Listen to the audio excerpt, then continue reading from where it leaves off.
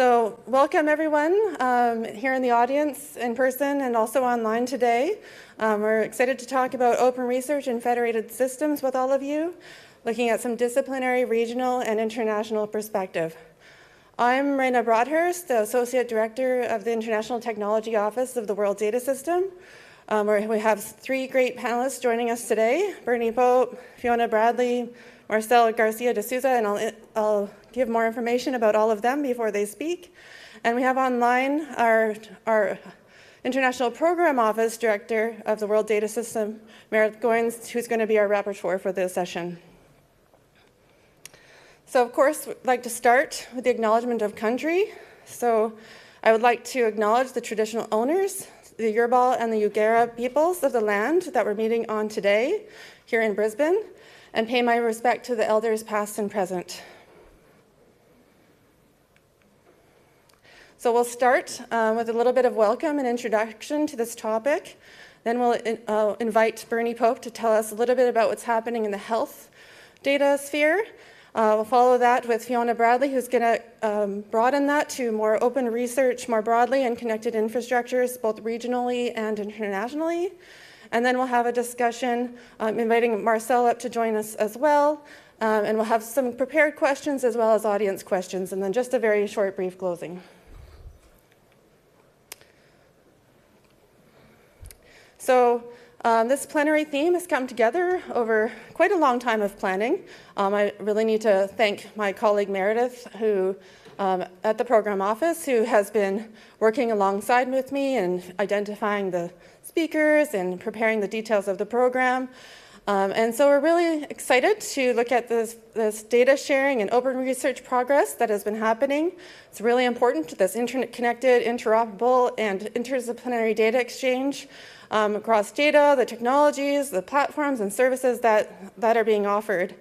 And a major enabler of open research comes from the direction that disciplinary and regional entities are taking in their establishment of federated data systems, and also international data systems, both for metadata and data exchange. Now, we all know in this room, I would hope, about the UNESCO recommendations on open science that were adopted back in 2021 by 193 member states. There was the follow-up report in 2023 that saw that now that we have open infrastructures in the thousands, that it's really important to focus on interoperability. And of course, the federated systems are very important drivers of this. As of June, just this year, this was the year that were reports expected from the member states who had signed on to this to submit their progress. 77 had. I'm not sure the current numbers, but there was a September report that came out stressing the need for open and interoperable data and respect for Indigenous data sovereignty. Now, if we look at federated systems, of course, there's many benefits. This ability to streamline access to the researchers, data spaces, and other environments that are using these data. They are important drivers of interoperability, making the community that supports them come to terms with formats and the APIs and everything else that's needed to make that data available through a more centralized access point. But it still respects that need for sovereignty. So it's not centralizing the data management or the data preservation processes, but allowing for that federated access point. It also allows for those individual data sources to retain that control and providing of the specialized services that they need to offer for their communities. But there are still many challenges, both sustainability challenges at the technical and financial point of views. There are sensitive and restricted data challenges. Traceability and visibility of the data sources into these federated systems is not always clear, which is very important for provenance and for credit to those systems so that they can demonstrate their value. And of course, these linkages are not well established in the current knowledge graphs, and so we don't really have a good understanding of the data flow across these networks at a holistic level. And now I show that there are many examples around the world, and I'm only showing a very small snippet of them here, but both for disciplinary and non-disciplinary use cases. So some of the examples here are shown on a spectrum going from regional to international and disciplinary to more generalist.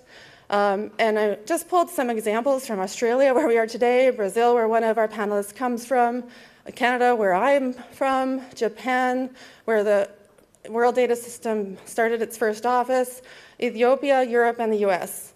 And there are a few here also with global reach. Of course, there are many others.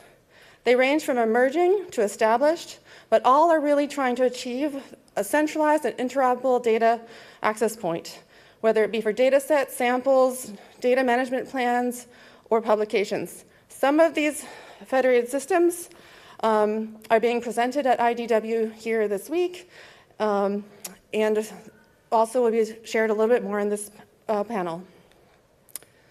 So now I'm going to invite our first panelist on stage, Bernie Pope. He's a computer scientist and bioinformation specialist in in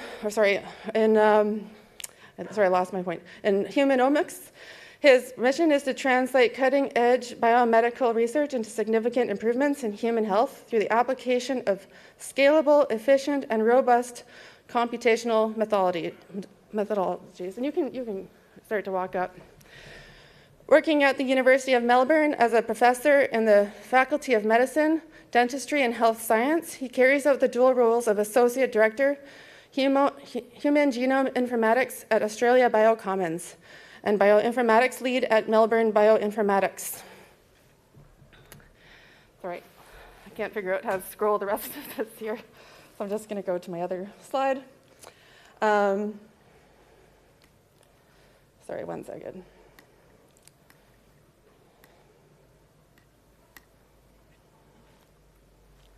Okay, sorry. Supported by funding through NCRIS, Bioplatforms Australia, and the MRFF, the Human Genome Informatics Division of Australian Biocommons is delivering national-scale digital research infrastructure to support the storage, sharing, and analysis of Australia's research omics collections, working alongside several leading national omics institutes. Major ongoing HGI initiatives, including the establishment of Australian Cardiovascular Disease Data Commons and the National Guardians Program. Welcome, Bernie.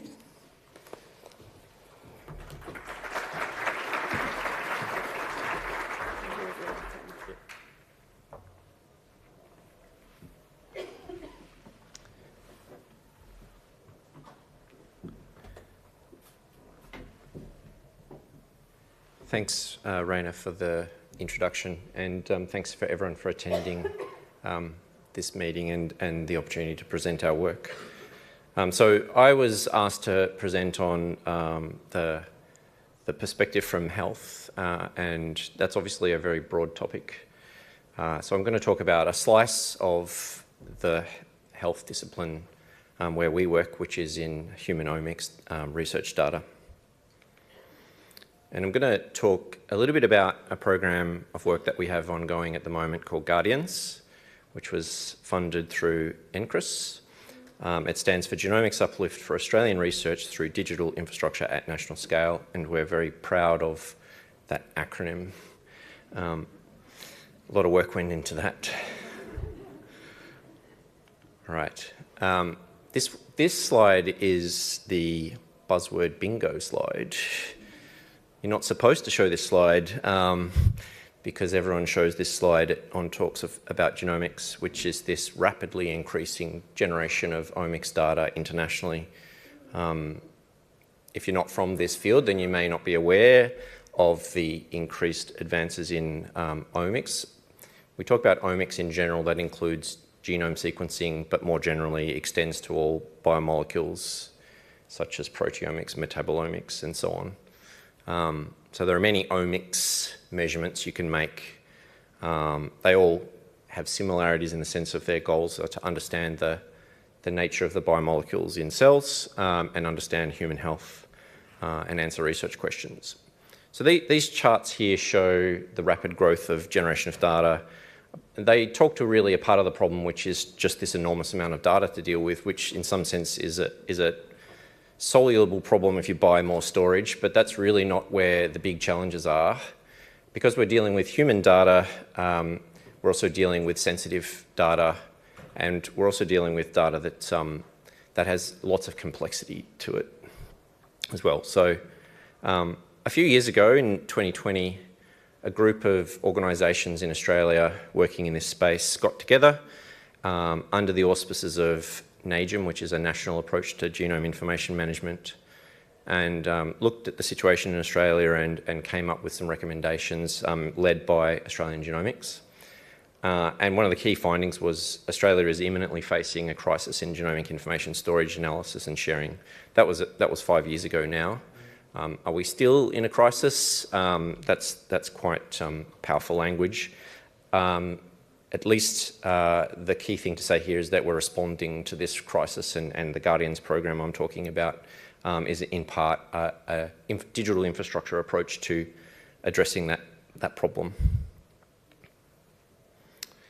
So what's the current state of omics data sharing in Australia?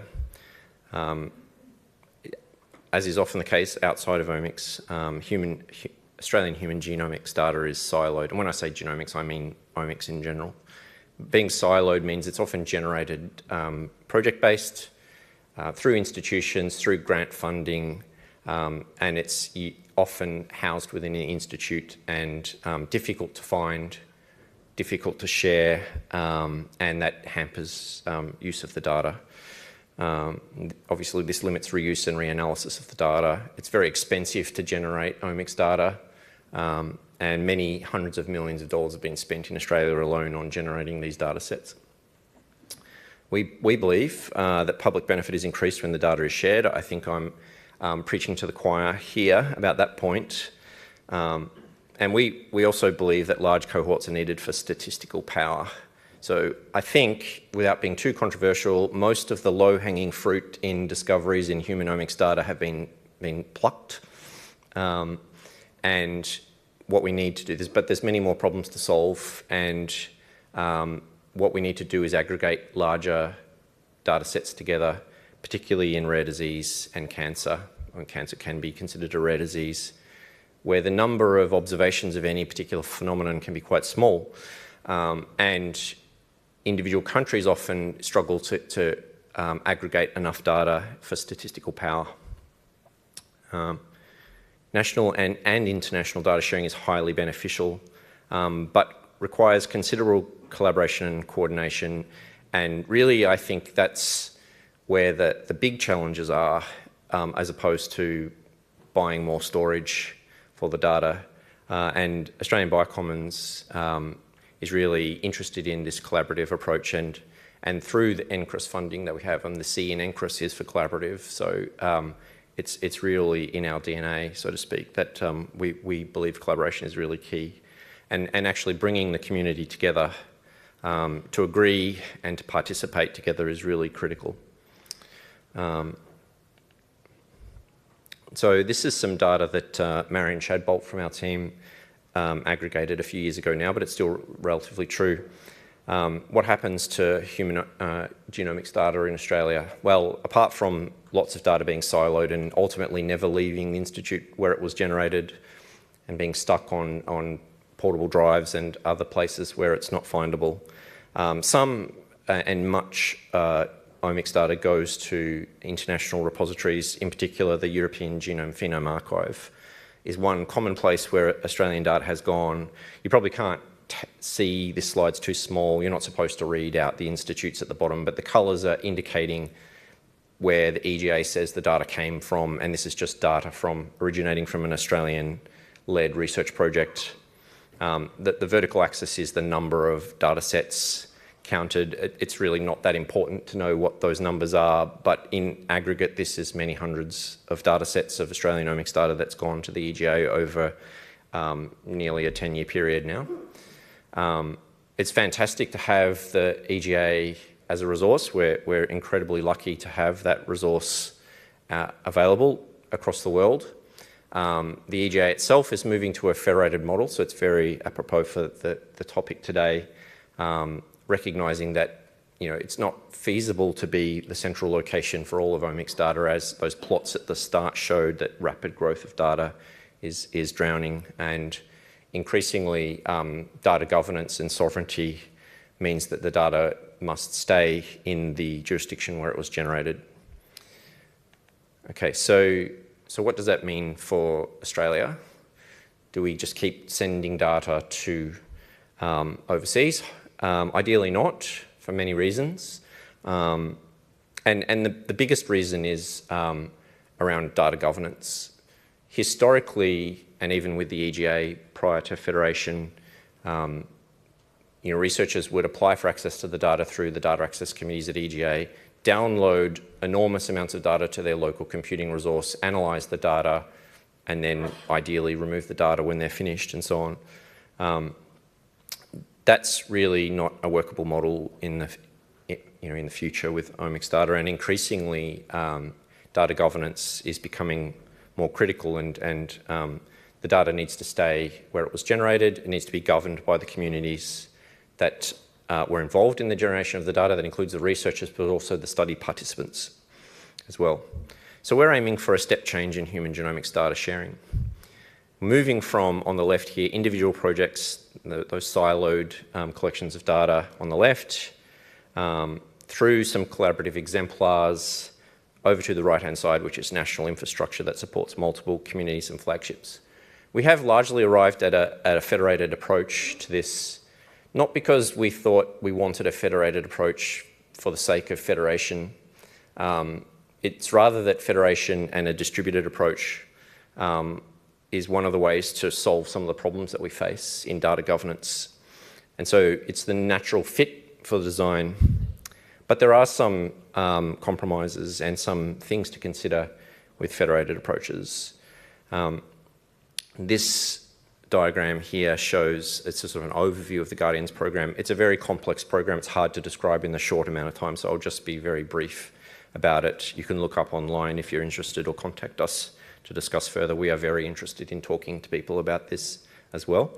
There are 4 broad areas that Guardians addresses. Those are the yellow circles on this chart here. The first is people, skills and partnerships. And part of the people and skills is workforce enablement and expansion. And that includes through training programs, through Biocommons-led training, national training program. The second is secure platforms and infrastructure. And there is a foundational aspect to that.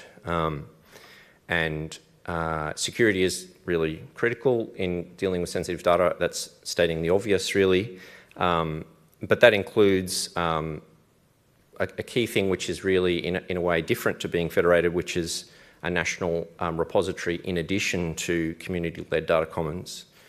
And so I'll get to the data commons in the 4th point, but not every research community can have the resources to run and establish their own data commons independently on their own resources. And so we need a solution that supports the other research groups for really fairness and equity across research groups. And so we're aiming to build both a national repository hosted at National Computing Infrastructure in Canberra, but also support research communities that have the resources to develop their own data commons in a federated way. The 3rd point is trust, access and responsible data use, and that talks to trust and identity. How do people log into the system? What credentials do they use? How do we know that bona fide researchers are using the data? How do we track their usage? How do we have a system which is across Australia and supports all Australian researchers, but also allows international researchers to access our systems in a seamless way as well? And also responsible data use includes how do we ensure that data is used according to the consent from the participants and the ethics that has been approved for the research.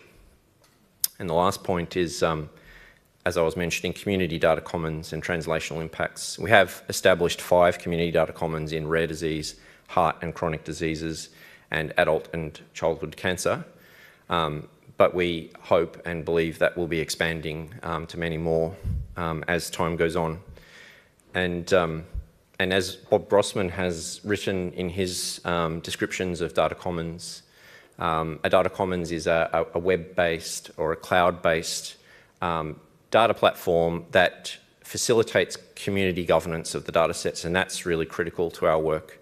We work very closely with the communities. The data governance is decided by the communities. It's facilitated by the communities. Our role is to implement their requirements and provide the infrastructure itself. And you can see in the bottom right hand of this slide the partners that we're working with. Okay, so what do we think this infrastructure looks like? What would a data commons look like, or a national data repository look like from the point of view of a user? So we want to have a seamless user journey from data exploration to analysis, and this really just epitomises the FAIR principles. So in the first place, we need people to be able to find the data sets that exist and explore the data without making huge commitments of their time in order to decide if the data is appropriate for their research. They want to take months to figure out that this data is something you would like to use. If they think the data is interesting, then they can register for the platform and then do more extensive queries where they can access even more information about the available data, and then potentially request through a data access committee to access the data. If that's approved, then they can take the data to a secure analytics platform to do their research. So that's the vision that we're aiming for. Guardians is a 4-year funded program.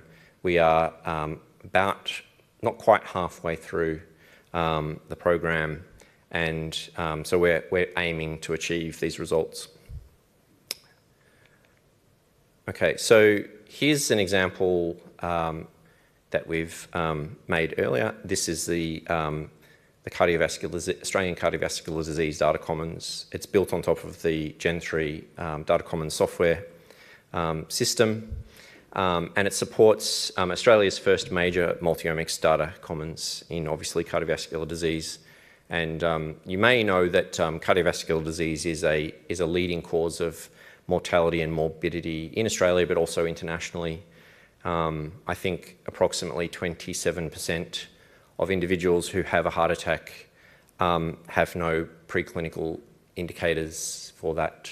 So the first time they appear to healthcare is when they have a heart attack. And obviously options for preventing heart attack are severely limited if the first time you see somebody is because they're having a heart attack. And really what we would like is better biomarkers to identify individuals at risk in the community that are cost-effective ways of tailoring surveillance and care to people who need it. We're aiming to bring 18 harmonised cohorts together into this data commons, and with covering approximately 400,000 study participants, with about 100,000 having genomic or multi-omic data available. And the harmonisation process is to actually bring the data from different studies that were created for different purposes over different time into a coherent system that can be analysed. And again, to get back to that point that I made at the start, to develop and deliver larger data sets for statistical power. Okay, so where are we heading next? We want to support more research communities, and we're trying very hard to do that through raising funding, both through NCRIS and also the Medical Research Futures Fund as well. We're talking to more and more communities. We're trying to encourage the idea of using scalable, reusable technology rather than reinventing the wheel. And that's for economies of scale to make this sustainable. We're trying to build flexible, scalable, secure computing environments. Secure computing environments are computing environments that allow researchers to analyse sensitive data without necessarily taking the data out of the system, but still being able to do all of their research within an environment. Many of these exist, and there are very many successful stories outside of omics. One of the challenges for omics is that the complexity and the scale of the data we have doesn't quite fit into some of the available systems, and so we're trying to address that. We have data governance processes already embedded. That cartoon of the vision for a seamless approach talked about researchers applying for the data and getting approved. Prior to building these data commons and the platform, typically that's done through email processes that take weeks to months to more than a year to go through round on round, very complicated, drawn out. We want that to be much faster and more integrated into the platforms and automated where possible to reduce the burden on the applicants and also the reviewers. We want increased international engagement that includes through the Global Alliance for Genomics and Health, GA4GH, Elixir in Europe and others. And humanomics is not a national problem, it's an international problem, and we want to work with others and not create our own disconnected systems as well, including connecting to other federated systems internationally. And obviously, you can't talk without mentioning AI these days, and AI and machine learning are really transformative, and we think that well-governed, highly curated, high-quality data sets are actually critical to the development of safe and appropriate AI in health. There's a lot of opportunity there, a lot of things to consider, and we're aiming to develop trustworthy systems to do that has all of the good outcomes that we're hoping for, enabled by this data, and none of the potential negative consequences that you could possibly imagine. And so I will end it there. Thank you.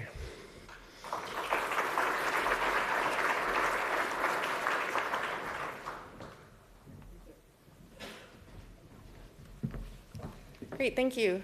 So next, we'll welcome Fiona Bradley, the Director of Research and Infrastructure at the University of New South Wales in Sydney, and who leads the library's scholarly communications and repositories, digital and physical infrastructure, and corporate services. She has previously held roles with the IFLA and Research Libraries UK, representing libraries and their users at global and national levels. Fiona is chair of the IFLA Open Science and Scholarship Advisory Committee and a member of the Open Access Australasia Executive Committee. She is also a PhD candidate in political science and international relations at the University of Western Australia.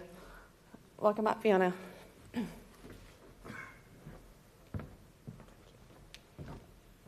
Thank you, Reyna, for the introduction. Oh, yeah.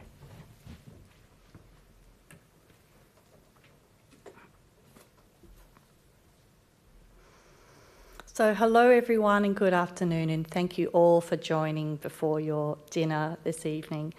So I'd like to also acknowledge that where I live and work is on the lands of the Bedegal people in Sydney, Australia, and I would like to acknowledge them as the traditional custodians of those lands and pay my respects to their elders, past and present, and extend that respect to all Aboriginal Torres Strait Islander people joining us here today. So I'm going to talk to you about a number of things, but mostly about the topic closest to my heart, which is libraries. So we're working at a slightly different end of the scale compared to many researchers, where we're dealing with the production of knowledge and research and the long-term stewardship of that knowledge and how it reaches the public and other communities. So it's really interesting to hear during these days all these different perspectives and how these come together. So research communication relies on so many different integrated infrastructures and connections between people, between different research projects and objects. And we've made so much progress in opening all of these up and opening up so many different parts of the research process in its entirety. More than 50% of newly published research articles are now available open access. This is great. This is really, really quick, rapid progress. However, there is much more to do in terms of access to the underlying artefacts that support those articles, whether that's data, creative works, or other objects associated with that. There's a lot happening in terms of international collaboration and sharing, but also a few challenges that I'll touch on this presentation today. What I'll also talk about, I was asked to share some of the work that's going on in terms of how to measure progress in terms of openness, and that's really looking at the monitoring landscape and some of the interesting international initiatives that are happening now. I'll also acknowledge that I'm going to be talking about open science, but in many communities there's a preference for shaping this in terms of open research or open scholarship to be as inclusive as possible across disciplines and different preferences and ways of working. There are many different reasons for this. So it is really essential in all of this work, particularly the work that we're doing in libraries and the related sort of cultural sector, to address equity, inclusion, technical and financial challenges. A lot of our work is in connecting people to information and systems. When people think of libraries, they're probably often thinking of institutional repositories, which compared to some of the very specialist scientific repositories tend to be general purpose. It's where you make available theses, datasets, creative works, research articles, and any other sort of general research information. But libraries are also increasingly host to journals, specialised infrastructures, digital collections and many other data platforms, and there's enormous opportunities in different and innovative ways to connect these up. So when I was really thinking about this topic, it was about how are we going forwards and where have we come from? And really, in that regard, the role of libraries in this space, supporting research and supporting researchers, hasn't really changed all that much over time. We're still here to facilitate discovery of research and data and knowledge by anyone that needs it, wherever they are, providing the infrastructure, skills and supporting access to that knowledge. We're here to support you and to support openness as a general principle, while also respecting that not everything can be open, and by building the skills in the broader community, and particularly also at local levels, to ensure that people can reuse research and knowledge in whatever way is most relevant to them. And lastly, of course, we're here for now, but also for future generations. So we are very much focused on those roles in terms of equity, preservation, and long-term stewardship of what needs to be retained for future generations. So this is very much agnostic across all types of information and knowledge. Data, yes, absolutely critical, but so many other types of information as well. So in terms of the work that libraries are doing to raise visibility of these roles and issues, International Federation of Library Associations and Institutions, IFLA, Open Science and Scholarship Advisory Committee is working to consolidate all of these different activities, and you could see a summary here, on the slide now, sort of bringing together a few of the points about where we see our role and how we can support all aspects of research and the public in those roles as facilitators of access and curators of knowledge. So research really then is about trust, it's about trusted communities, it's about relationships, trusting methods, collaborators, communication, and this really extends through to the open infrastructures that we're custodians of that are transforming how we access all parts of the research process. So one of the things that is so wonderful about this research infrastructure in the current era is the fact that it is so federated, decentralised, and extends at so many different vast reaches across the world. This means that we're not beholden to any one particular provider, country or platform. And this is particularly remarkable at this time when there is growing concern about the general role of platforms in society and the role of big tech in providing a lot of those platforms. When we think about social media, for example, and the efforts like Mastodon to try and decentralise the way that we access those sorts of communications, that's something that's very much part of our DNA when we think about the role of decentralised open infrastructures that exist all over the world. One of the things that we are also very focused on, and it's great to have heard it as a strong topic of conversation at this conference, is the role of PIDs and then reconnecting all of those decentralised infrastructures together. We've really seen rapid rise in the creation of PID strategies, which is really fueling that adoption even more quickly, particularly by funders such as Australian Research Council and others. And we also would acknowledge the work that Australian Research Data Commons have done in this place in terms of the PID strategies to really bring together stakeholders and articulate what's needed to make this a reality. So this is really, really very positive, and it helps to build trust. At the same time, that very nature of trust means that there can be a challenge if a weak node in our network is damaged. There can be an outsized impact. When we rely on funding in order to support and maintain those disparate nodes, there can be real risks to longevity of knowledge if that infrastructure is defunded or disappears. From a librarian perspective, this is something we have seen many, many times over the decades. We've seen the unintentional but also deliberate destruction of knowledge, and also the decay, whether that's through natural disasters, loss of funding, people moving on and just not even knowing what a piece of information is for and who holds it and what it is about. And so we're seeing this again, of course, in the digital era. This has been happening, of course, for many decades, that everyone has a story about some researcher's hard drive that arrived and USB sticks that were thrown in the bin.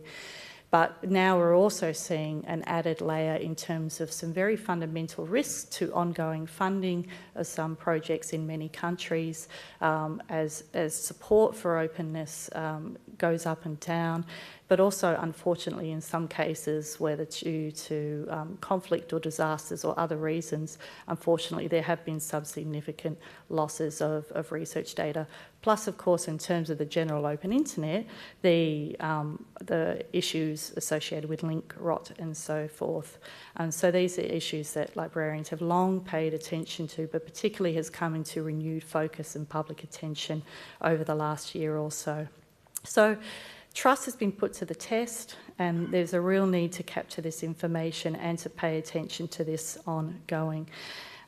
Related to this, we really need to focus on issues of equity to ensure that the concerns of these communities are visible and obvious and can receive the attention they need so that they can get the funding to carry on. So in terms of technology, this was a recent statement also put out by IFLA on defending inclusive knowledge societies that calls out some of these issues. I also cannot avoid talking about AI for just a moment to highlight probably something that many people are aware of, which is, of course, there is huge potential in terms of the use of specific AI models and tools for particular applications, whether that's metadata generation, linking and so forth. But in terms of repositories, one of the significant challenges that has occurred is with regard to managing bot activity as they scrape the open web. We're seeing increase in server costs, outages, all sorts of challenges just to keeping services running. For larger infrastructures, well-funded infrastructures, they will be able to work with the major players like Cloudflare and others in order to develop a workable, robust solution. But for the many, many, many thousands of open infrastructures, in many places where that sort of support is not easily found, there will be ongoing challenges to keep those services up and alive. It's something where we see great and necessary potential and opportunity to really collaborate very, very widely in this space with researchers, with other open cultural organisations like Wikimedia Foundation and others in order to find robust solutions for the long term.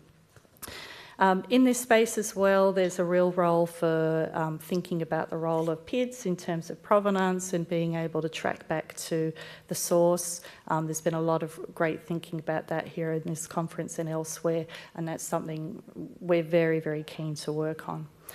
There are some solutions coming forth as well. There's the idea of digital public goods, the idea of open commons that are specifically designed for training and scraping that won't be consumptive. So, for example, there's an organisation in Europe called Open Future that is specifically working to create open commons information that can be used for training that is already licensed for that purpose and ethically obtained. One thing I do find very interesting is with regards to data sovereignty. And just to slightly step back for a moment and also acknowledge the language of digital sovereignty and just to highlight the slight difference between the two. So data sovereignty in the context here has been really a conversation about ownership and control over people's data, keeping that within borders and so forth.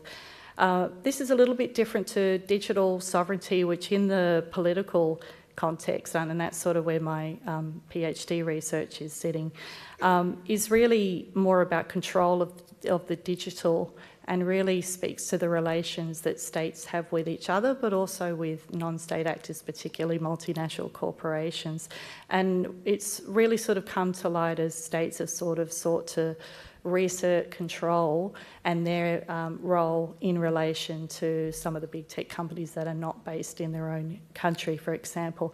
And this is quite important language to be aware of because we're seeing not only a lot of policy sort of tapping into this narrative and defining how data protection should occur, privacy rules and these sorts of things, but also other organisations, NGOs, learned academies are responding to that same sort of narrative and agenda in terms of what they see as some of the solutions, particularly around AI and investment in GPU and so forth.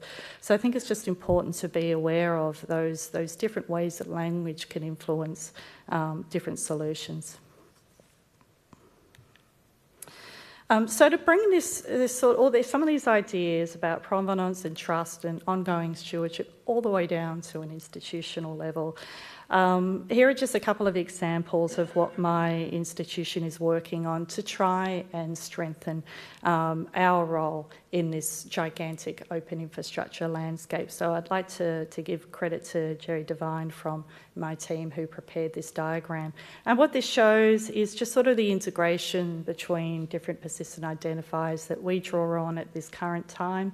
And we are actively investigating the role of RAID and other identifiers so that we can link up people, outputs, equipment, activities, wherever they may reside. Because, for example, where we are, our repository cannot hold the enormous, incredible data sets that exist in all of those specialised discipline repositories. We have to link and we have to show those connections and relationships.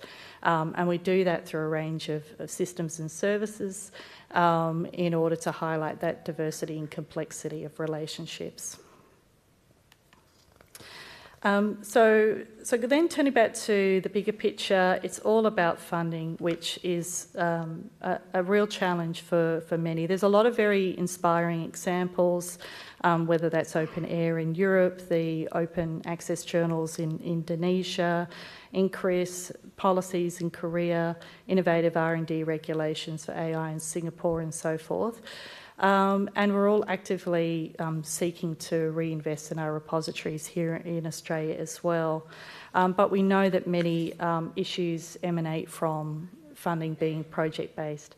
So, for example, the Sustainability Coalition on Open Science Services, SCOSS, supports open research infrastructure that is considered at risk, specifically to try and overcome those challenges with short-term project funds.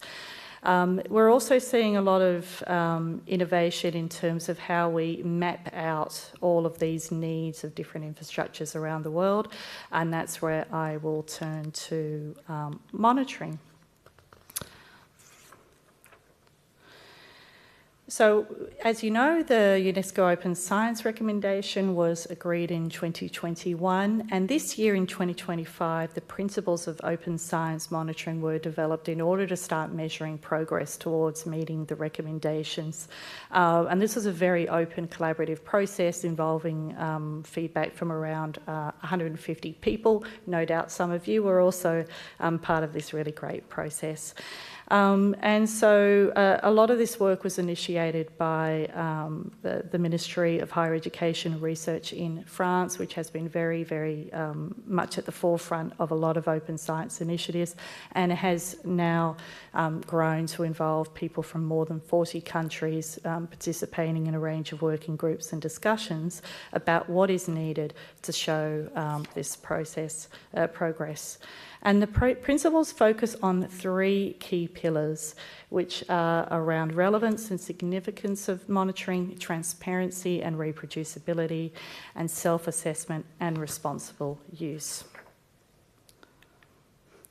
Beyond that, there's many more policies and political commitments that have come along in the last couple of years. There's policy work at the G7, G20, many other intergovernmental forums, discussions on a potential European Research Area Act, work streams at the International Science Council, national plans and strategies supporting open research infrastructure and capabilities. So in some respects, it is possible to say that openness has already become the norm, with many caveats. There's still a long way to go, but there has been significant momentum over the last couple of years, and what we're now also seeing is open for what, open for whom, and open under whose terms. And that's where monitoring can play a really significant role in measuring what's needed, where we see success and where more investment is still required. So all of these initiatives are really in need of more participation to ensure that all those regional and disciplinary needs can be identified and met. There are 4 groups in the Open Science Monitoring Initiative around scoping the needs of monitoring, understanding the landscape, working with scholarly content providers, and analysing shared resources and infrastructure to analyse scholarly outputs. So monitoring goes very closely together, hand in hand with policies and with so many other initiatives that have been created in recent years, like the Declaration on Research Assessment, DORA, COARA, and many others that are looking at the role of research assessment in this space, and which also, all of these policies indirectly encourage the use of open infrastructure, open access, and persistent identifiers. So this inclusivity, as I said, is absolutely essential. We've seen in many other exercises in the past, whether that's the SDGs or elsewhere, that what the definitions of various things that gets monitored, that's what governments and funders will pay attention to. So getting those measures right from the beginning, making sure that they are inclusive and equitable is absolutely vital to make sure that we measure the right things and that the funding goes to the places where it's most needed. So I encourage you to investigate these activities further, to get involved, and thank you very much for your attention.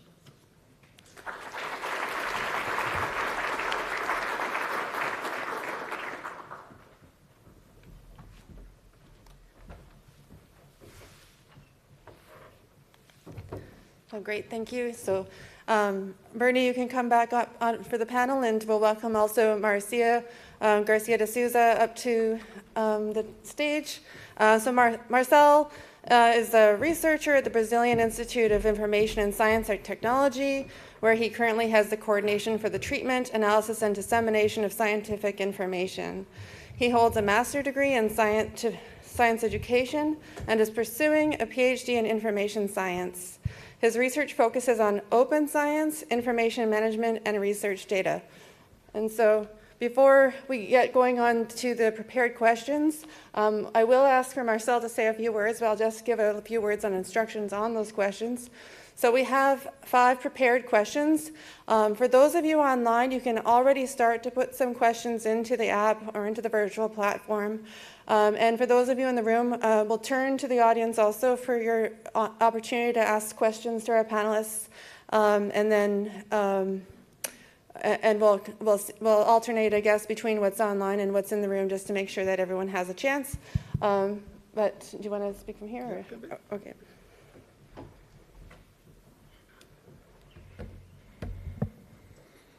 Hello everyone. Good afternoon.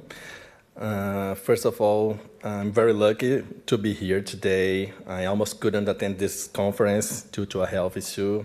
I had even considered my participation, but fortunately, just a few days before the conference, I was cleared to join. And I would like to thank Reyna and the event organizers for their understanding about everything that happened, and for reintegrating me into this session. I don't have my presentation because of this, but today I'm going to talk about what we do in our institute. I am a researcher from Brazilian Institute of Information Science and Technology, IBICT. IBICT was founded in 1954, and its mission is to develop solutions and public policies to support open science, information management, and access to scientific and technological knowledge. IBICT offers several federated services that will serve as a background for our discussion today, and I would like to briefly introduce them. The first one is the BDTD, the Brazilian Digital Library of Theses and Dissertations, which brings together more than 2 million documents from over 100 universities and graduate programs across Brazil. The other one is WASBR, that's the Brazilian System of Open Scientific Information, aggregating metadata from more than 120 institutional repositories through the country. On this platform, you'll find theses and dissertation from BDTD, and as well as articles, books, book chapters, and data sets.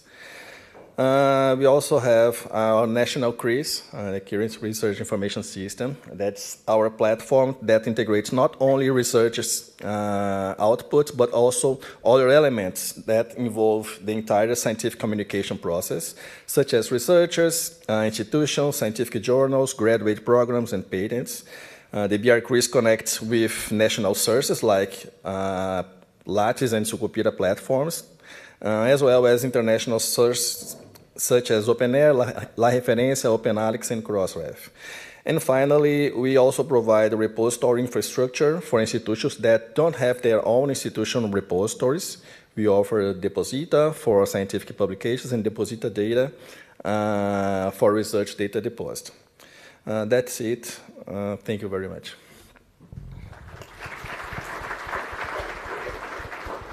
Thank you. Okay, so now we'll start with a few prepared questions that we have for our panelists. And to start, it's up there now, great. So how do we begin to identify the incentives for the funding and sustaining these federated systems? And so maybe, okay, we were just talking about funding here, but go ahead, Fiona. Thank you. So it's really challenging, and one of the things I've found is that it really varies according to who your audience is and what the priorities of the day are. For example, there's a real difference in terms of how you would identify incentives in order to get support from a funder to support an infrastructure as opposed to talking to government. So, for example, here in Australia, there is a very strong push around productivity, industry engagement, particularly between universities and society at the moment, maximising the use of our research investments and so on. So what we would think about in that regard is then how do we sort of measure the uptake and access to research by those sorts of communities as opposed to a funder that might be coming at it more from a sort of traditional assessment lens. So it's really getting to know the policy environment, the people involved, and then unpacking the incentives for there and making sure to have something positive and not only a compliance stick.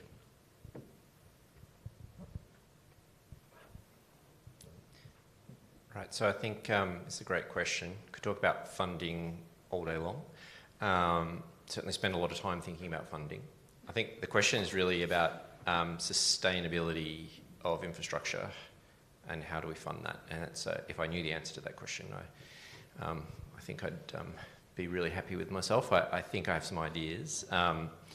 So first of all, I should say, acknowledge that especially in biomedical research, actually really quite well funded relative to other areas in the science side of things and more generally outside of science. So I think we have to be grateful for that.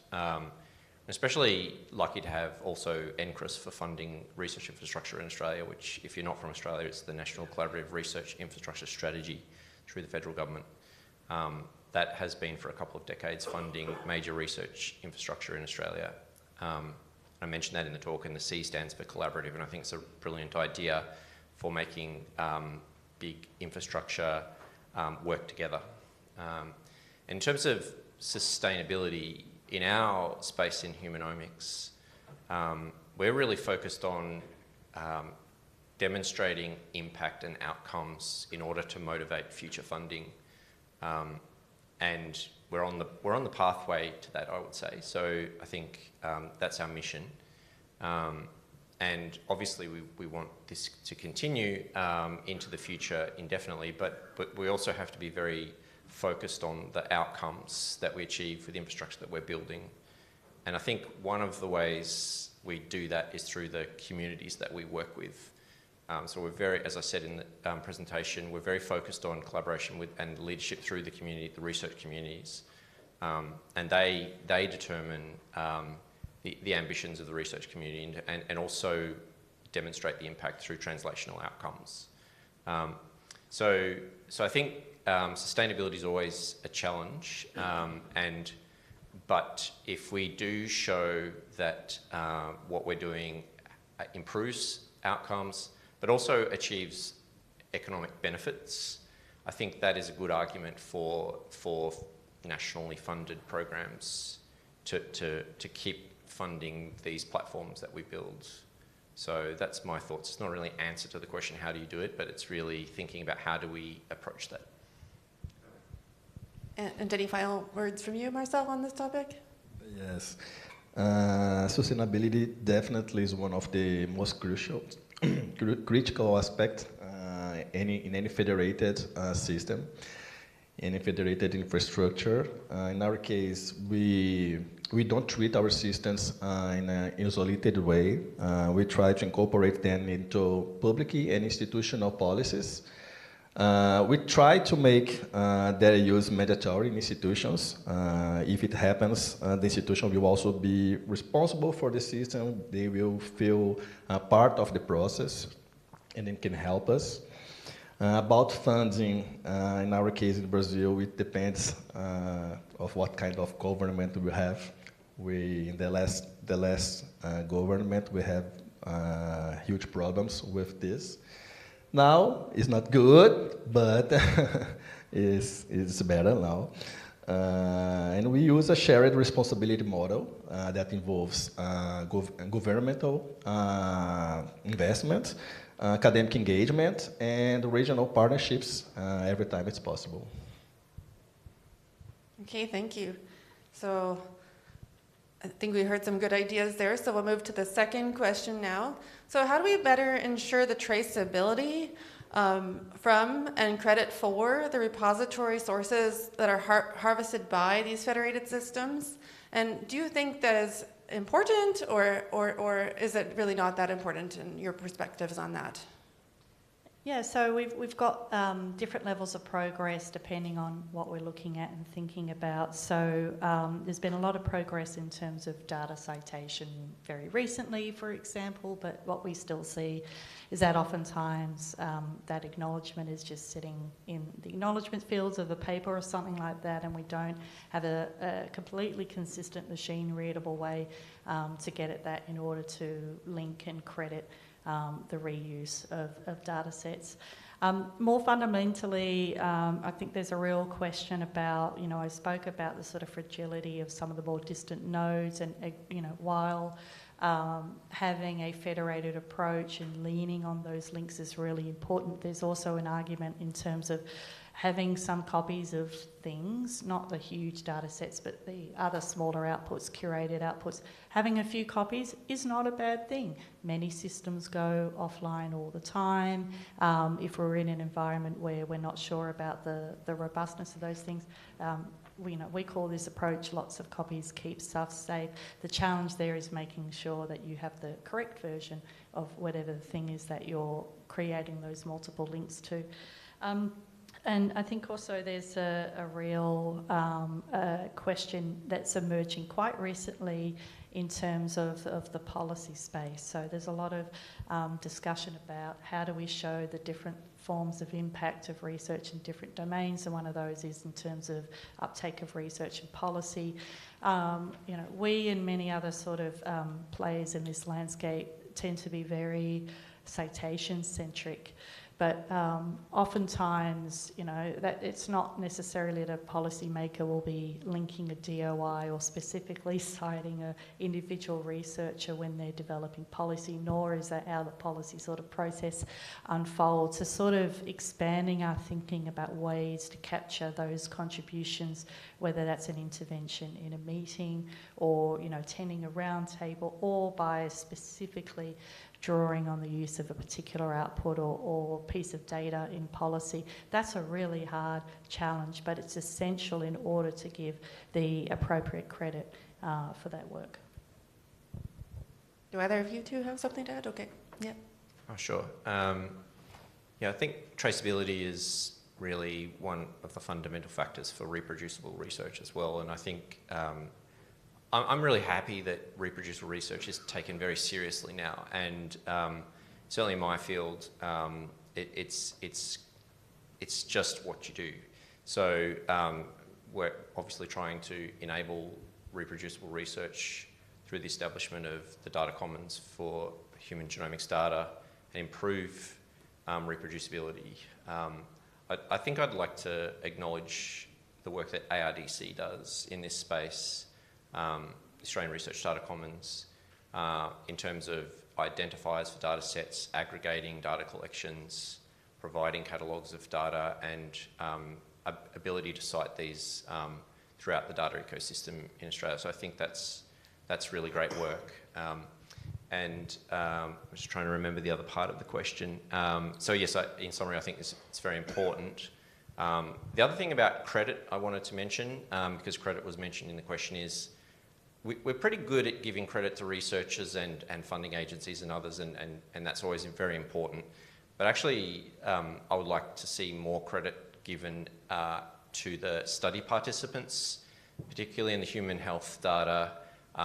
Study participants often undergo some fairly significant, distressful events in their lives. And in my particular research area, it's in cancer research. And a story I like to tell, which always brings tingles to my spine, but I like to mention it because I think it's very important. I work in an area often in prostate cancer, especially metastatic prostate cancer, which is where people have had the cancer spread to other parts of their body. And it's extraordinarily hard to get tissue samples from metastatic disease because one reason is, of course, people are at late stage disease, that it's a significant impact on their life. They may not have a long time to live. And in prostate cancer, it often metastasizes to the bone. Taking tissue samples from bone is obviously, you can imagine, that's an extraordinary thing to go through, especially for someone at a difficult time of their life. And there are people who donate samples that way, and not because they are going to get a benefit themselves. They're doing it because they want a benefit for everyone else. And those people need a lot of credit for what they provide.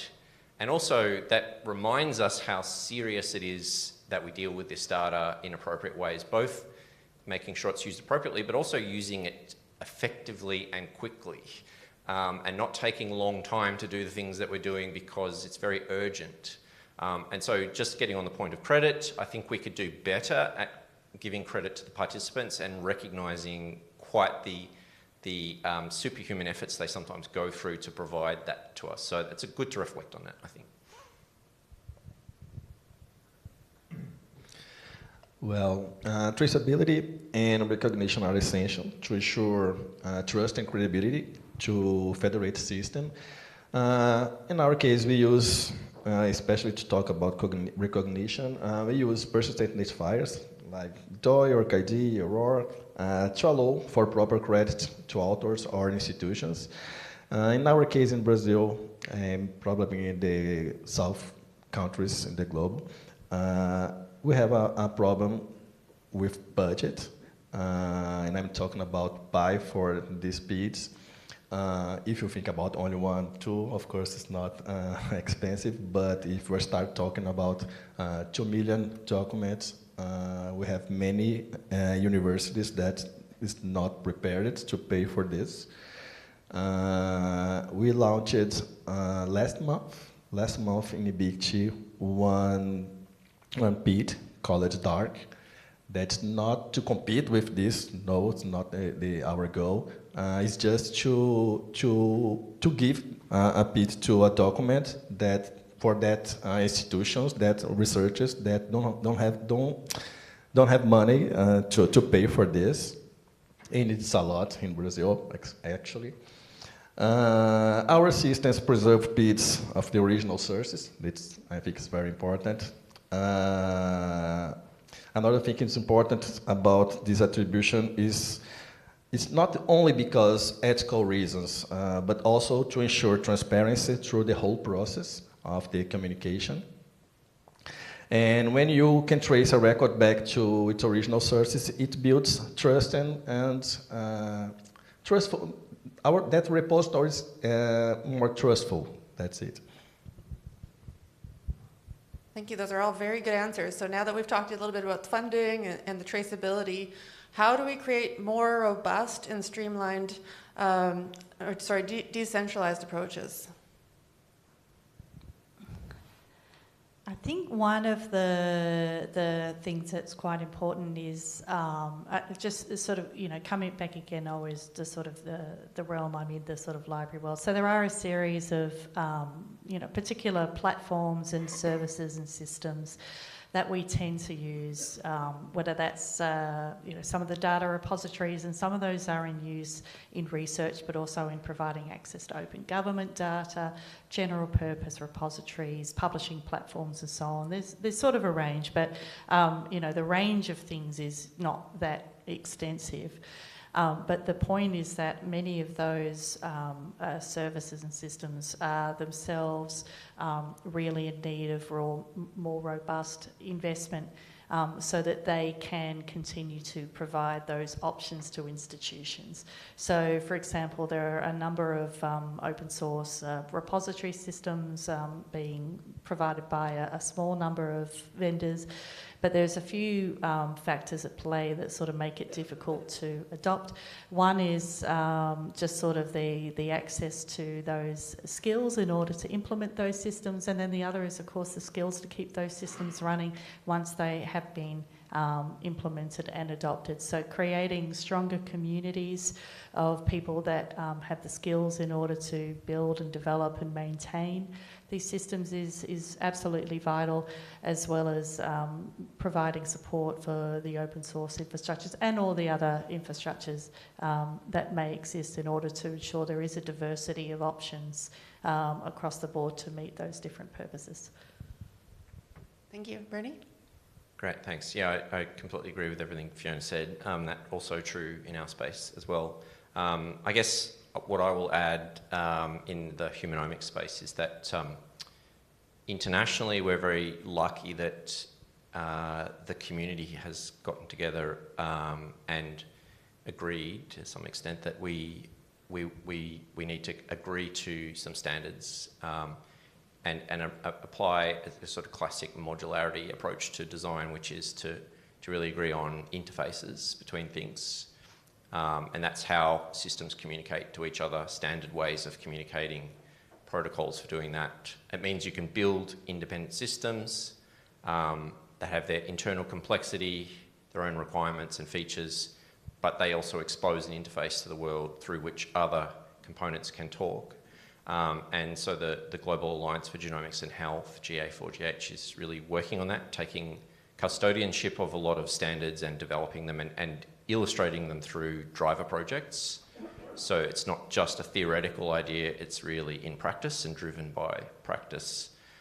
So I think we really try to adopt and follow those and contribute to the design of those interfaces and standards. I think that helps with decentralization of the systems. It manages the complexity of the design of the systems, and I think that's a good way, at least in our space, to kind of manage the difficulty of designing decentralized systems. Thank you, Marcel. All right.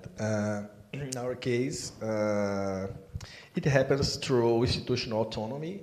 Each institutional is responsible for its own repository, for example, and BICT is responsible for providing the interoperability infrastructure, metadata guidelines, and training, human resources in all these the institutions. We believe that decentralization is not just about data sharing, it's about distributing responsibilities. If you distribute the responsibility for all actors that are part of the process, they will feel part of this, and so they can help us to run our services more effectively. Okay, I think I'll only do the fourth question, and then after that we'll turn to the audience. Okay, so for the fourth question, what are the international sharing limitations for restricted data or sovereignty challenges, and how can we mitigate against them? Yeah, and this is a huge question because this takes in everything from intellectual property rights and copyright through to what we're seeing in the licensing space with AI companies and publishers and so forth, as well as what I mentioned in passing around some of the things around digital sovereignty and how that's playing out in terms of some of the data protection laws and so on around the world. And many of those measures are very, very good. So for example, GDPR has been more or less well received. There are some issues with it, but it did seek to provide some additional privacy protections for people in a very sort of specific area, whereas other countries don't really have anywhere near the same sort of level of protections, and that really plays out when we think about how do we ensure that data has been collected ethically with consent. And I really liked what you said, Bernie, there about the role of the participant in that and their agency over how that data is collected, shared and subsequently used. There's still a very long way to go in sort of unpacking what does that mean for right now, but also in the future, should things change in terms of unexpected uses of data in the future, would people still genuinely have a right over their own data and so forth. So there's a lot of things in there, but in terms of how to mitigate them, I think sort of focusing on first and foremost just being across some of the requirements, for example, in the state of New South Wales, where I live and work, and understanding, we really strongly prefer to have that data held and retained as far as possible for most of our data in that state, being the sort of starting point for then spinning out and thinking about, okay, how does that influence our ability to share and work across borders within our country, across borders within our region, across borders within our world, but we have to just at least start locally and take it from there. Thank you. Birdie? Yeah, all these are really excellent questions. They're actually quite challenging questions to answer, to be honest. So actually personally think that we have a much more sophisticated approach to data use now, certainly than when I started working in this space 15 years ago or so in humanomics. And historically, as I mentioned in my presentation, we often really sent data around the world, and we often downloaded it, and we often copied it here and there, and so on. And that's not to criticise that era. That was just necessary at the time. But I'm really happy that we've got a much more sophisticated approach and thought about the use of data now. So I actually feel it's quite good. And I actually feel it's quite good that Australia is also thinking about this approach through infrastructure, and thinking about what are the important data sets in Australia in omics, what are the appropriate governance strategies for that, how do we take advantage of the data without breaking consent, and using the data appropriately. So I actually think it's good and we're heading in the right direction. I'd also like to kind of celebrate some of the international efforts that we've already had. And in the cancer space, getting back to my own personal interest in research, there's something called the Cancer Genome Atlas, TCGA, which has been going for quite a time now. And it really was the world's first pan-cancer genome collection. And it collected cancers over 30 or more cancer types, many thousands of samples, study participants, lots of harmonisation of the data, and it reflects the benefits of international data sharing and use, appropriate international data sharing and use, and many significant discoveries have been made through the TCGA, and it continues to be an incredibly important resource. So even though this question started off with limitations and challenges, I actually wanted to put a positive spin on it a little bit and say that actually there's a lot of good things happening there, and we're getting even better at doing it. I think probably from a technical point of view where some interesting questions arise now is, we talked about AI and federated learning and so on, and exactly how we do that is still yet to be fully determined, I think. And how do we keep the data, have it well governed, but also share data across models, across borders, and not have outcomes that we don't want to have? I can't answer that question, but it's something we're thinking about. Great. And Marcel, that's a great answer so far. Yeah. Yes. I believe the challenges are the same to the other countries. We face it with legal restrictions, ethical obligations, and sovereignty issues, especially regarding to sensitive data, health data, biodiversity in our case. We have in Brazil an institution called RNP, this National Education and Research Network, that help us in IBICT with authentication and access control services in the whole process of our repositories. We are also working on a specific policy for sensitive data management. That's very important. In Brazil, we don't have a national policy in open science and nothing about this. It's something that we have to work. Many people are working for years, but we couldn't do this yet. And factors such as transparency, detailed metadata documentation, and clear governance agreements are essential to comply with national legislation without impeding international collaboration. Okay, thank you. So now we'll have a chance for the audience to ask some questions. I don't know if we have any questions online, and I don't know where's our... where's Daniela? Okay. Is there any questions from the audience?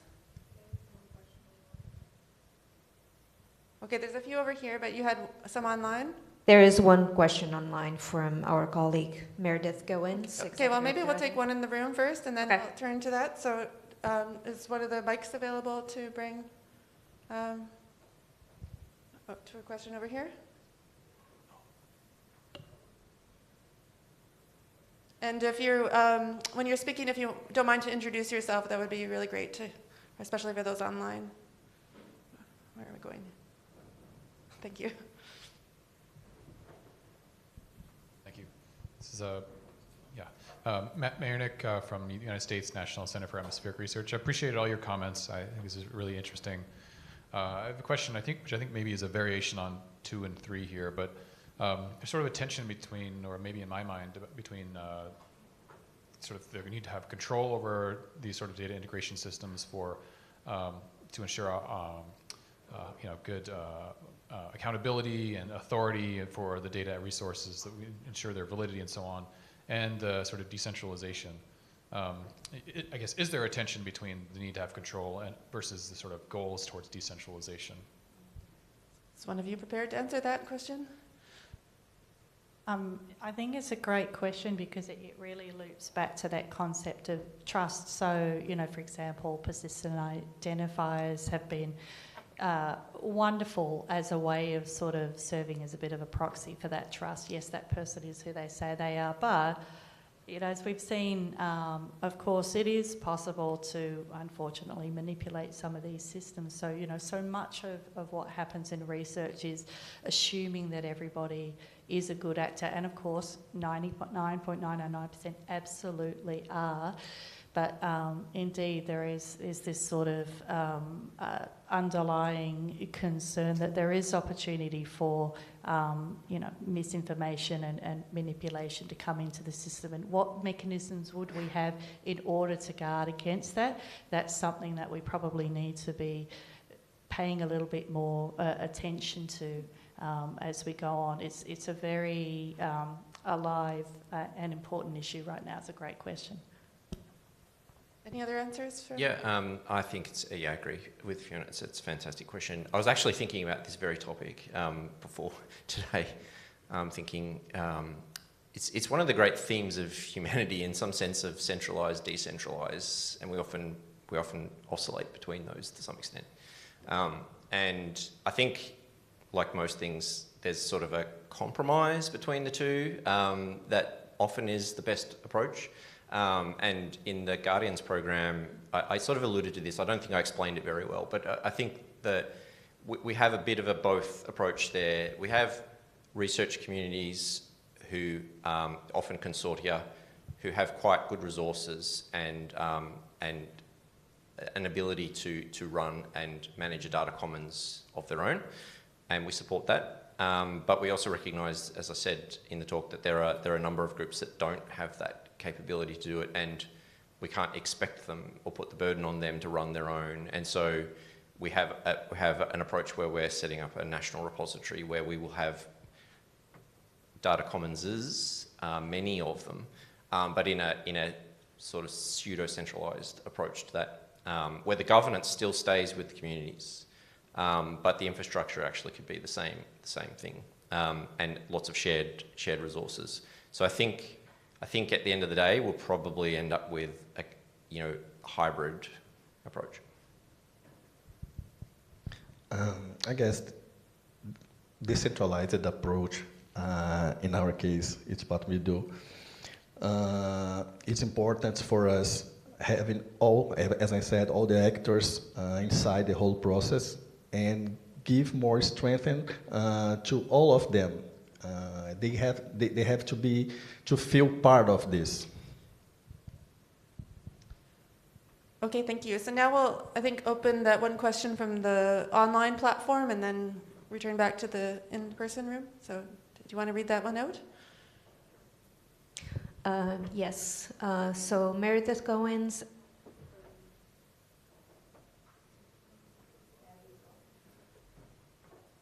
Oh, is the mic not working?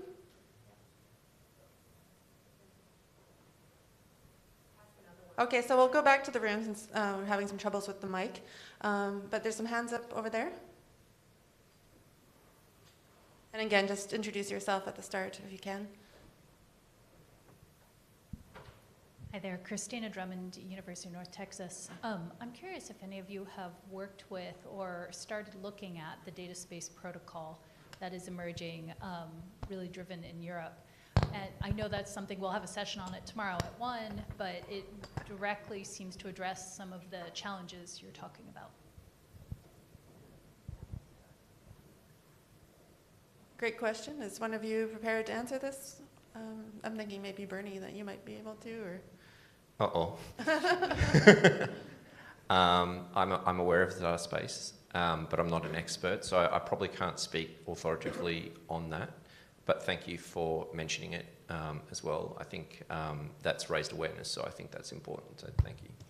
Okay, so we'll have to watch for that session tomorrow.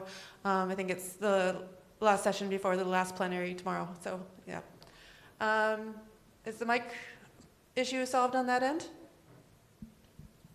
It is. Okay.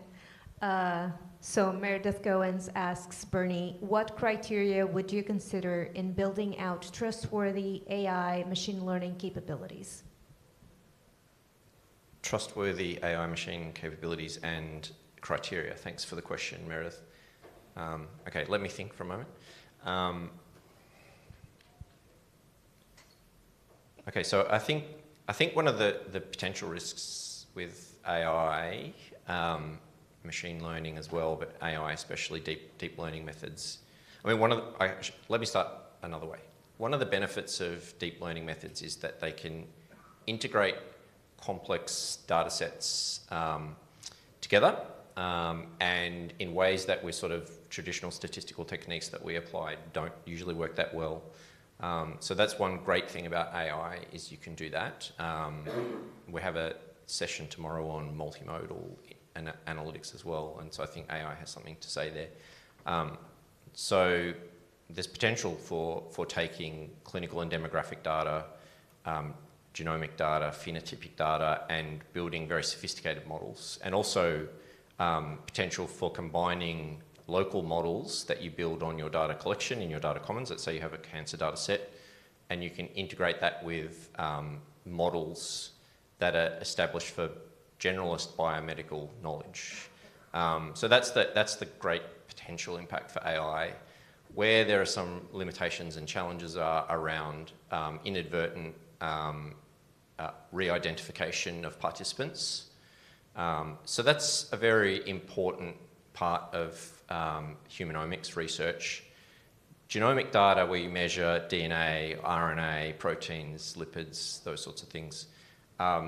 That data is very interesting and fascinating, but on its own, it's very limited in what it can tell you unless you link it to clinical and demographic data about study participants. Oftentimes, you really want to know information about an individual. What treatment did they have? What age did they have their diagnosis? What symptoms do they have? Those sorts of things. A lot of that information is very sensitive, but it's very important to have that and link it to the omics data. And I think technology can get so far in saying there are restrictions on what you can do with the data, but there's an element of trust there still in research. And I liken it to lots of other things in our everyday life, like, you know, the classic, you have to have a car analogy and everything. And the car analogy is cars are a fantastic resource for individual transport and so on. But, you know, we as a community accept some level of risk with cars, but we don't have every control in a car to stop people from crashing and doing bad things. There's the legal system, and there's other aspects of our life that sort of mitigate some of those challenges. So where I'm getting to with this analogy is that we have the same situation in genomic data research. There's so much that the technology can do, but it gets up to a point, and we actually need other factors in play to control how it's used. And one of those is the legal system, but the other is just a research data agreement which says researchers agree not to re-identify participants in a study. And we have to trust that they do that, and you know, there's things we can do to check on that as well, but it's, you know, it's not a perfect technological solution to do that. The risk with AI is that the models are so complex and uninterpretable to individuals that the latent potential for re-identifiability exists there, and how do we know that's not going to pop out accidentally down the track?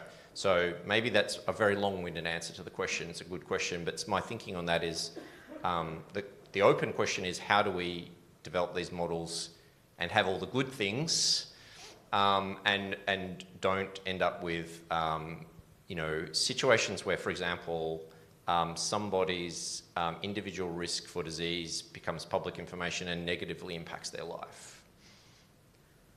Okay, thank you. So I really wish we could ask more questions from the audience, but we're basically at the time that we have. And I don't want anyone to be late for catching the riverboat. But I'm hoping that maybe our panelists are able to stick around a little bit if there is some pressing questions from the audience and you want to come up to the front and ask. So I know that this was a really engaging conversation, so I really feel bad to cut this short. But I do want to thank our three panelists for all that they contribute. I want to thank every one of you for being here in the audience and for asking questions and for being engaged, both in the room and online, of course.